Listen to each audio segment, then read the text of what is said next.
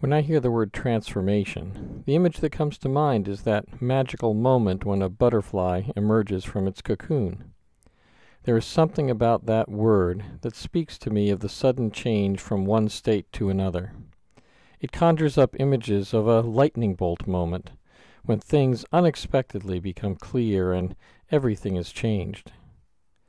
I think it's our nature to wish for these moments of insight, clarity, and revelation. One moment we're lost and confused and don't know which way to turn, and the next we're found and saved, and the way ahead is clear. It being close to Easter time, I'm reminded of that moment when the women arrived at the tomb of Jesus, only to see the stone rolled back and angels sitting there.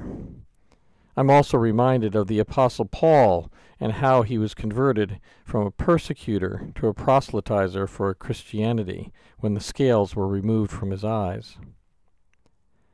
I've been watching some videos that show how a caterpillar is transformed into a butterfly, and the truth is that it's not at all sudden, and it's not easy.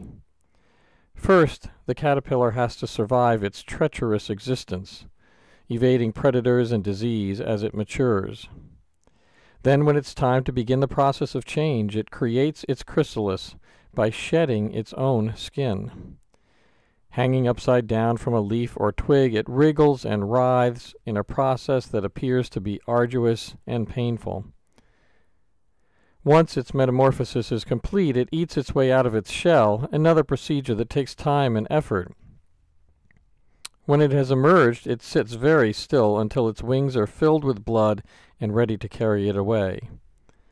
This period, immediately after its emergence, is a time of great vulnerability for the butterfly because its wings aren't yet capable of flight. Our own transformations are in fact a lot like that of the butterfly. They are hard-fought and hard-won. They don't happen magically overnight, and they're rarely accompanied by a lightning bolt or a choir of angels pronouncing some new reality. Transformations, our own personal transformations, take time and effort and energy and commitment. We have to be committed to forming a new reality for ourselves. We have to be fully invested. We have to put our skin in the game. Even as we proceed toward that new reality, it's important that we also realize that there are times that we're in control and we can actually effectuate that change, and there are other times where we just have to sit back and rest and trust that that new reality will emerge. It's just like that butterfly in the cocoon. Another part of our own transformation is that it really is a cycle. It really never ends. We are always in the process of becoming. The murder of Trayvon Martin by George Zimmerman in Sanford, Florida has led me to reflect on my own transformation with respect to my relationship with people of a different skin color than mine.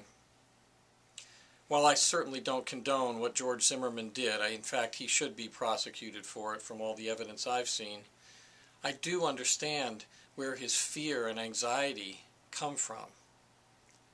I grew up in America in the 1960s, during a time of great upheaval and race riots. In fact, there were race riots in the city where I lived. My father owned a business, and it was attacked several times by rioting youth, mostly African Americans. And as a consequence, I grew up understanding and believing that African Americans, particularly African American males, were violent and vengeful, that they were to be feared. I'm not proud of this, but that's who I was. That's what I learned. I wish I could put my finger on the moment in which my thinking changed. But I can't, because it has been a process of becoming, a process of journeying toward wholeness.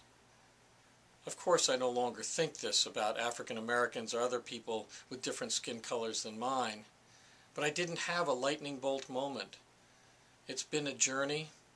It's taken commitment. It's taken time to overcome those experiences I had in childhood. Transformation is like that. It's about being committed to changing. It's about sticking with it. It's about taking 2 steps forward and 1 step back and not being deterred. It's about being proactive. It's also about reflecting. Transformation doesn't happen overnight, although we might wish it did. Whatever process of change you're going through, whatever transformations you're experiencing in your life, I wish you the energy and the commitment to see them through and to understand that they are ongoing and may never be completed.